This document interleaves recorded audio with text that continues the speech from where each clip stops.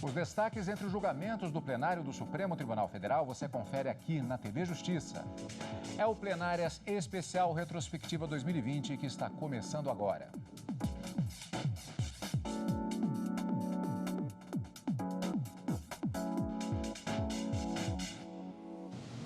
Durante todo o período do recesso do Judiciário, a TV Justiça não para e estaremos revendo os principais momentos das sessões do plenário do Supremo Tribunal Federal em 2020.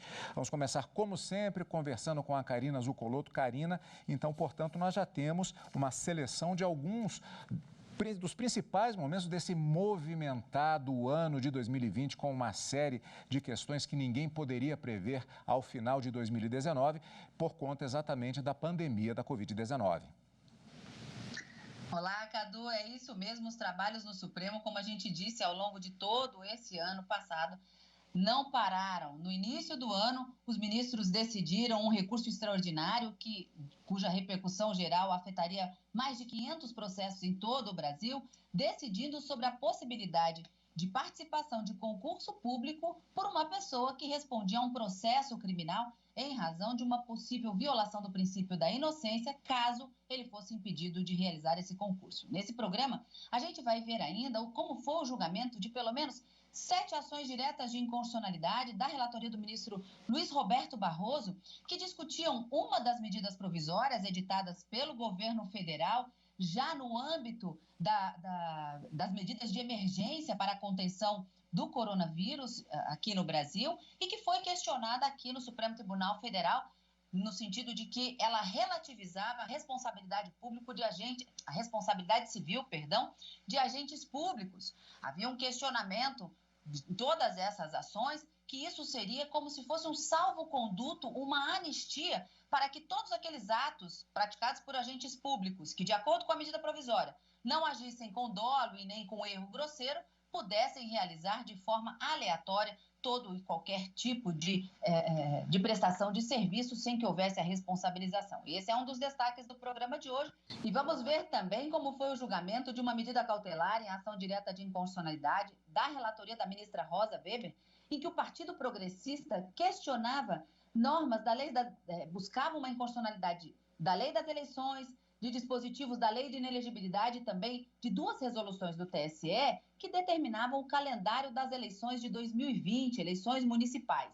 O partido buscava a inconstitucionalidade de alguns dispositivos e o afastamento de prazos previstos nesse calendário, alegando que, em razão da pandemia, as campanhas eleitorais teriam sido prejudicadas. Mas essa liminar foi negada e foi confirmada no plenário do Supremo Tribunal Federal a manutenção dos prazos previstos na legislação. Esses são os destaques, portanto, Cadu, que a gente vai analisar aqui nesse Plenárias Especial Retrospectiva 2020 do plenário do Supremo Tribunal Federal. E é apenas o primeiro programa. Durante todo o mês de janeiro, nós também estaremos aos finais de semana, com reprises durante toda a semana, como sempre, revendo alguns dos principais momentos entre os julgamentos do plenário do Supremo Tribunal Federal, os acontecimentos do plenário do Supremo Tribunal Federal. Também temos sessões solenes, tivemos muita coisa acontecendo, homenagens, por exemplo, como ao ministro Marco Aurélio, que vamos ver ainda nesta edição. Vamos, portanto, fatiar os temas, começando com o primeiro tema já abordado pela Karina agora. Os ministros do Supremo Tribunal Federal fecharam maioria neste ano de 2020, no sentido de que é inconstitucional recusar a inscrição em concurso de candidato que responde a processo. A Corte também iniciou discussão sobre prescrição da pena. O relator do processo, o ministro Alexandre de Moraes, entendeu que é constitucional considerar a decisão de recurso em segundo grau como novo marco para a contagem da prescrição da pena. Para o ministro, isso só não poderia ocorrer no caso do Estado não agir. Cada uma das hipóteses previstas no artigo 117, de previsão de interrupção da prescrição, demonstra exatamente isso. Por que se interrompe aqui? Porque aqui não houve inércia. Nesse lapso daqui até aqui, num determinado momento, por exemplo, o recebimento da denúncia, o Estado atuou. Se o Estado atuou, não pode haver, voltando aqui à expressão feliz de Câmara Leal, não pode haver uma repressão contra um mal não causado. Não houve negligência do titular. O relator foi acompanhado por 5 ministros. A lei que incide na matéria, artigo 117 do Código Penal, requer para marco interruptivo configure-se um acordo condenatório. O acórdão que confirma a sentença condenatória é um acordo com pronunciamento de mérito, fazendo um juízo de condenação. Os ministros Ricardo Lewandowski e Gilmar Mendes divergiram do relator. Para eles, é um direito do réu ser julgado em tempo razoável. Eu entendo que a interpretação extensiva do referido dispositivo ao arrepio da legalidade estrita e da finalidade do instituto da prescrição afronta um direito fundamental do acusado de ser julgado em tempo razoável. Embora já exista maioria a favor da interrupção do prazo de prescrição de pena após confirmação da sentença em segunda instância, o julgamento ainda não acabou. O presidente do Supremo, ministro Dias Toffoli, pediu vista. Os ministros também retomaram a análise de recurso extraordinário que trata da exclusão em concurso público de candidato que responde a processo penal. No caso em específico, um policial militar de Brasília teve a inscrição negada em concurso interno de formação de cabo. Ele é réu em ação penal por falso testemunho. O julgamento foi retomado com o voto vista do ministro Alexandre de Moraes. Para ele, a exigência de idoneidade moral no caso se justifica por existirem regras específicas na carreira militar. Mas, por maioria, o plenário do Supremo decidiu que esse tipo de entendimento é inconstitucional, por contrariar o princípio da presunção de inocência. Com repercussão geral reconhecida, a decisão vai servir de base para pelo menos 573 casos em outras instâncias. Karina, portanto, uma questão que interessa particularmente aos chamados concurseiros, um universo bastante significativo e que está sempre acompanhando questões que vêm ao plenário do Supremo Tribunal Federal. Relatoria do ministro Luiz Roberto Barroso, houve uma maioria fechada no sentido do voto de um dos ministros. Qual foi? O ministro Luiz Roberto Barroso acabou interpretando essa decisão, ou pelo menos esse recurso do governo do Distrito Federal, como algo ilegítimo, para manter a decisão do Tribunal de Justiça, que afastou a decisão administrativa, que não permitiu aquele candidato ao curso de formação de cabo da Polícia Militar do Distrito Federal realizar o curso de formação em razão dele responder a um processo criminal por um suposto falso testemunho. O ministro entendeu que o princípio da inocência poderia estar sendo violado caso impedido de realizar esse curso de formação, e nesse sentido acabou havendo uma maioria. Mas o ministro Alexandre de Moraes, ele abriu uma divergência, entendendo que no âmbito da Polícia Militar, a idoneidade moral é um requisito para o exercício da função e que a hierarquia e a disciplina poderiam ficar comprometidas caso houvesse a possibilidade dessa pessoa fazer o curso de formação, mesmo respondendo a um processo criminal. Mas ele ficou vencido no plenário. A maioria acompanhou o ministro Luiz Roberto Barroso para declarar ilegítima essa decisão administrativa que teria impedido o candidato a realizar o curso de formação. Decisão essa que foi revertida pelo Tribunal de Justiça do Distrito Federal e que foi confirmada pelo Supremo para que ele pudesse participar do certame. Apenas um dos destaques desse ano de 2020. A pandemia da Covid-19 marcou os acontecimentos do plenário do Supremo Tribunal Federal neste ano. Além da adoção de medidas de distanciamento social e videoconferência para a realização dos julgamentos, muitas matérias julgadas foram relativas à nova realidade. Em maio, por maioria, os ministros do Supremo Tribunal Federal decidiram que atos de agentes públicos durante a pandemia de Covid-19 devem observar critérios técnicos e científicos. O Supremo Tribunal Federal concluiu que o administrador público que durante a pandemia cometer irregularidades com intenção ou por erro grosseiro poderá ser responsabilizado civil e administrativamente. O relator, ministro Luiz Roberto Barroso, considerou o texto da medida provisória constitucional, mas estabeleceu interpretação para definir que erro grosseiro deve ser caracterizado por não observar critérios técnicos e a precaução necessária no trato à vida, à saúde e ao meio ambiente equilibrado. Assim, prevalecem os critérios científicos e técnicos aceitos por organismos nacionais e internacionais reconhecidos. O primeiro voto veio do ministro Alexandre de Moraes. Ele concordou com o relator, mas votou para suspender parte da medida provisória. e suspendo parcialmente a eficácia do artigo 1º, dando aqui uma declaração parcial de inconstitucionalidade com redução de texto, retirando do texto do artigo 1º o termo somente. Exatamente em virtude das considerações que fiz, me parece que poderia causar insegurança jurídica a manutenção dessa obrigatoriedade de que os agentes públicos somente poderão ser responsabilizados na esfera civil e administrativa. Além disso, concedo a cautelar para suspender integralmente a eficácia do inciso 2º do artigo 1º da medida provisória. Alexandre de Moraes foi acompanhado pela ministra Carmen Lúcia. Quem divergiu foi o ministro Marco Aurélio. Ele votou pelo não cabimento das ações, mas foi vencido. Marco Aurélio, então, concedeu integralmente o pedido. Essa ação de regresso, ela pressupõe ou culpa ou dolo ou culpa do servidor. E aí nós constatamos que, no tocante à culpa, a medida provisória a restringe, restrição que não está na Constituição Federal. E, mediante a utilização do advérbio somente, revela que o servidor apenas responde por erro grosseiro. E nós sabemos que ele pode também responder a teor da Constituição Federal e, de acordo com a melhor doutrina, por culpa leve. Karina, aqui se tratava, como vimos, de um julgamento conjunto. Foram 7 ações diretas de inconstitucionalidade e também uma disputa específica também com o Poder Executivo, já que o questionamento era exatamente em cima de uma medida provisória tratando dessa questão da pandemia, uma discussão que marcou não apenas o plenário do Supremo Tribunal Federal, mas houve uma repercussão muito grande destes processos. E houve um entendimento do plenário fechando por maioria, especificamente pela inconstitucionalidade da medida provisória.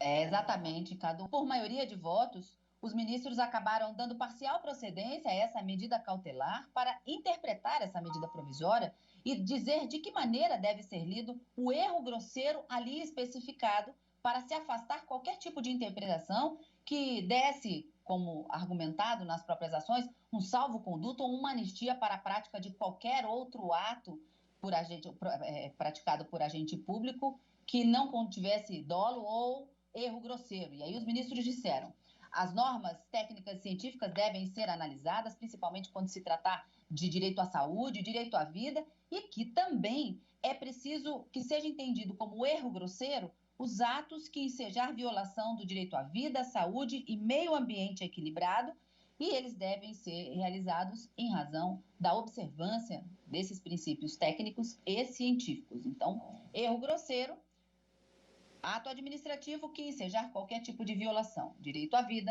saúde, meio ambiente equilibrado.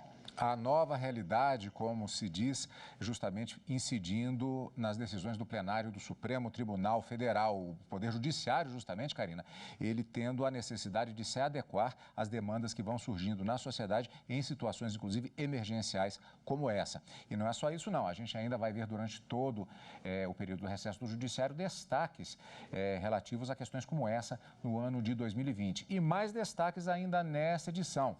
Vamos conferir depois do intervalo, aqui no Plenárias.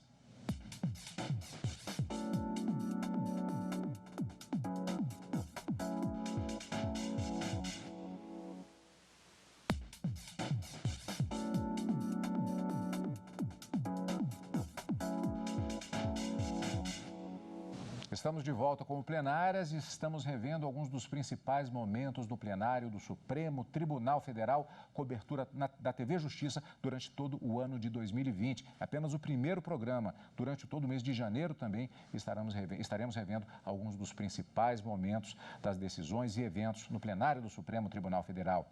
Pois é, e o ano de 2020 foi marcado pelas eleições municipais. Faltando 6 meses para a escolha de prefeitos e vereadores, o Partido Progressista entrou com a ação para mudar os prazos eleitorais. Em sessão por videoconferência, o plenário do Supremo Tribunal Federal manteve o calendário, ressaltando que essas mudanças cabem ao Tribunal Superior Eleitoral e ao Congresso Nacional.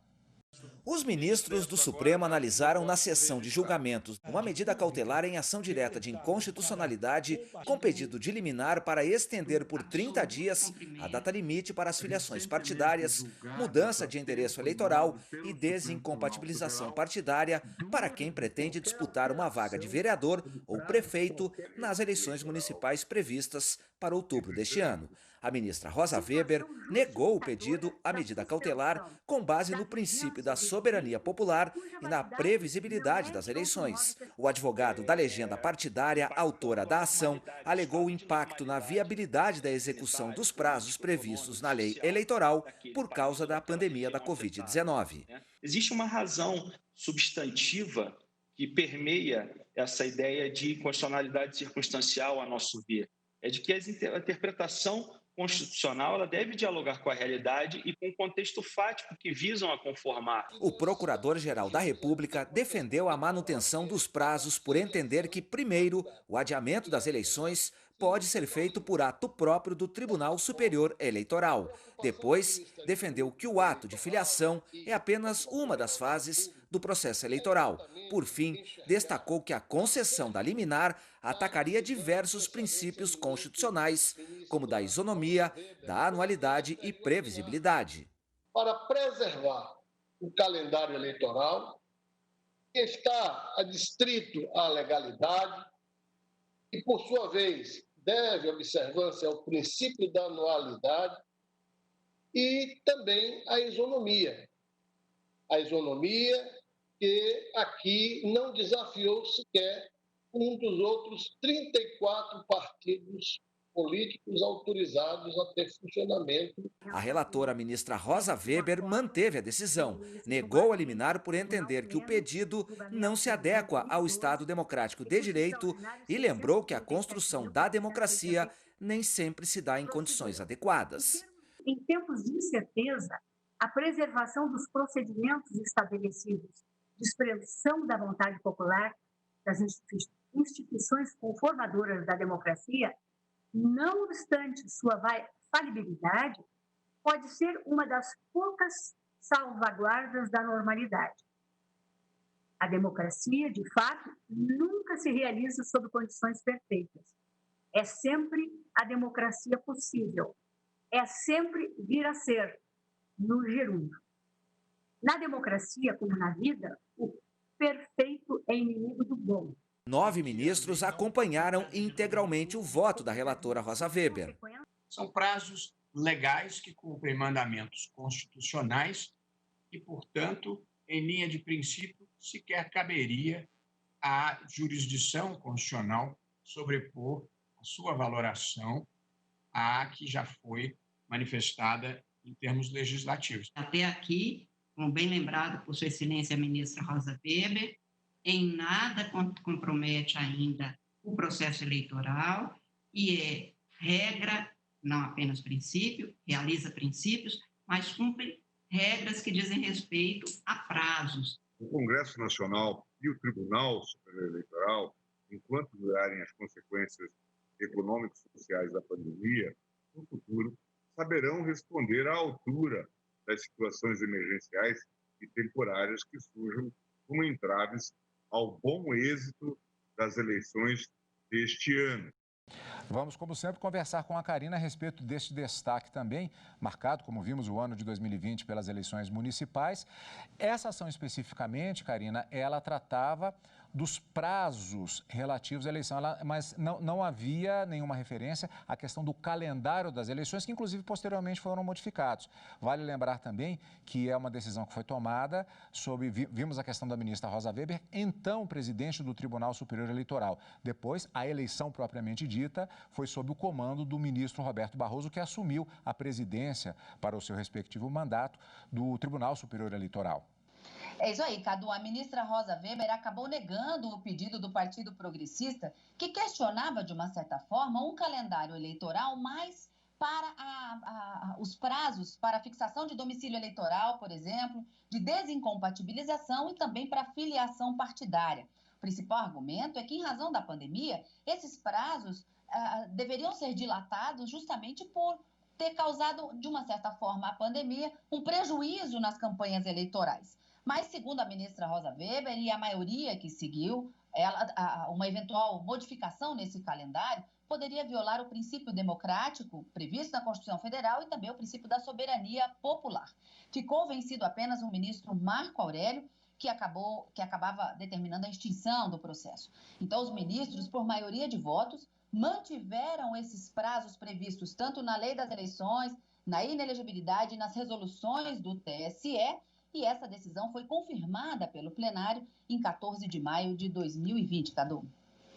Maravilha, Karina. Portanto, esses foram os destaques do programa de hoje relativos às chamadas sessões jurisdicionais, ou seja, dizendo-se o direito. O plenário do Supremo Tribunal Federal fazendo julgamentos.